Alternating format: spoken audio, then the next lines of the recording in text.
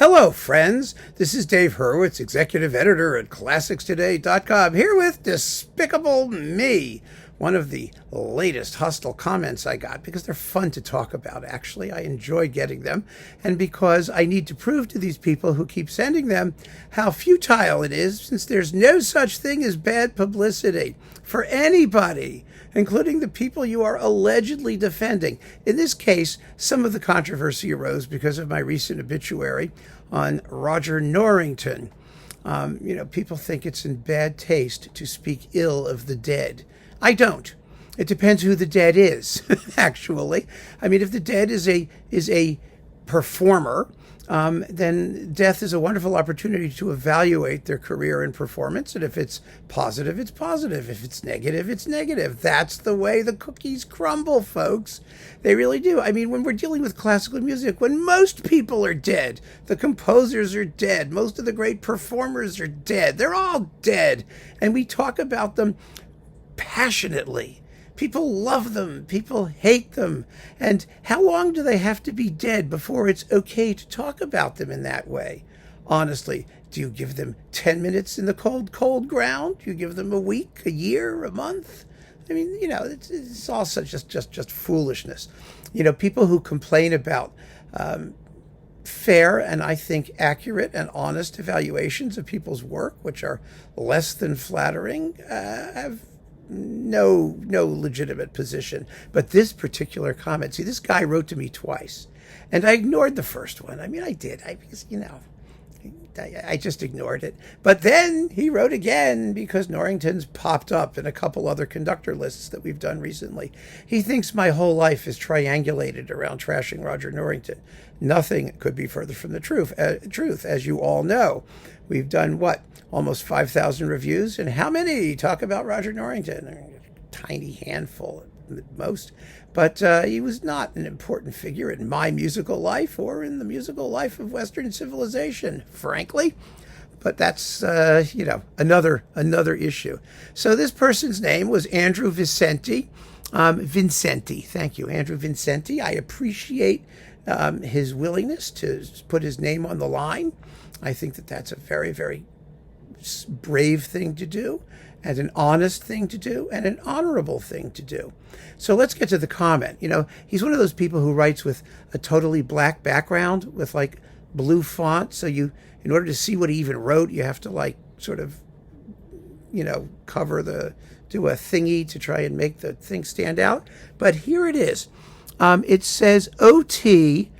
As usual with people who are foaming at the mouth, they have issues with grammar and punctuation. I mean, really big issues. OT content with trashing a dead conductor who can't fight back. You produce 2 more drama queen videos trashing him, trying to get attention. You are the pits, worse than Trump. You think you know about classical music. A dead goat knows more than you do.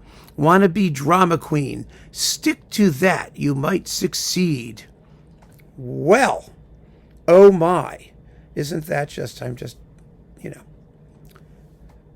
really, Andrew, be serious. First of all, let's make a few points. You're giving me an opportunity to talk about Roger Norrington again, so thank you. You owe yourself a little pat on the back for that one. Second of all, Roger Norrington never fought back while he was alive. I've been trashing him for 20 years or more, and he has never seen any reason to fight back. And he was right not to. Why? Because, as I said before, there's no such thing as bad publicity. It only got him more attention. Number one, anything I said, and I understood that in saying it. If I really, really wanted to dismiss him, I would just keep silent and not mention him at all and refuse to have anything to do with him. So, that's something you should really think about. Obviously, Mr. Norrington wasn't too concerned, and he didn't have to be, and he shouldn't have been. Why? Because he had this monstrous career. He made piles of money. He made scads of recordings. He was vastly more successful at what he was doing than I am at what I'm doing, although now things are going a little better for me. But, at the time, When I first encountered him, I was a little schmageggy nobody writing articles for audio and record magazines and websites and things, and he was the great Roger Norrington. So he had no call to condescend to reply to my criticisms, and he didn't. And he had more than enough opportunity to do so. So the fact that he is no longer with us, and I'm still saying the same thing that I've been saying for the past 20 years, of which, Mr. Vincenti, you seem to be enchantingly unfamiliar, doesn't mean anything. He's just another artist, and we're talking about artists, and that's what we do on this channel. And it's particularly salutary, I think, to speak about these artists when they get a lot of attention. And death gets attention. I mean, he passed away. Everybody talked about him. So I talked about him just like everybody else did. And what I said may have been different from what other people were saying, but that's okay. I mean, what are you worried about, Andrew? What really bothers you about this? He's not going to fight back. This isn't a battle. It's not what this is about at all. This is about entertainment. It's about finding music that people like and talking about performances. And, it's all good, clean fun. It really, really is. And I just want to say that if you get invested in it, personally invested, if you're, think your taste is being questioned or, somehow your life is being delegitimized because somebody has a difference of opinion, somebody has an issue with someone that you admire, or because the timing of their statements is not, what you would consider to be appropriate, well, I think you need to just take a chill pill. I really do, because nothing's being harmed by this.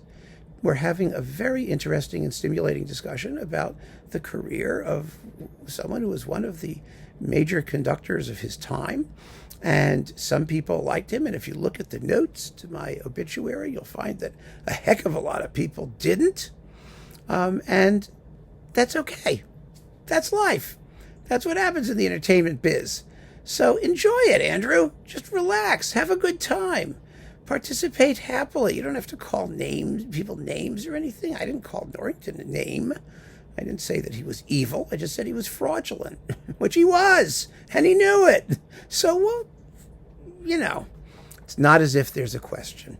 So in any case, we're not going to relitigate the issue of Roger Norrington. I just wanted to share with you this particularly desperate and wonderfully nasty comment, because I just think that it's all good. The more publicity, the better. The nastier, the better. It's fine with me. I'll keep sharing the best of them because it helps me. It's all part of the same general approach to creating entertainment and getting attention. I love it when people, by the way, I just love it when people point at me and say, "Oh, it's just clickbait. Oh, you just want attention." Well, duh. Yes, of course, everybody wants attention. The artists want attention. The critics want attention. The people who post here want attention. It's all about attention, Andrew. You wrote to me because you wanted attention. You wanted my attention. So, you believe what you believe and say what you want to say, but just don't be a hypocrite about it, please. It's absolutely ridiculous. And keep on listening, Andrew. All of you, keep on listening, for good or for ill. We're just going to enjoy the conversation, aren't we? Take care.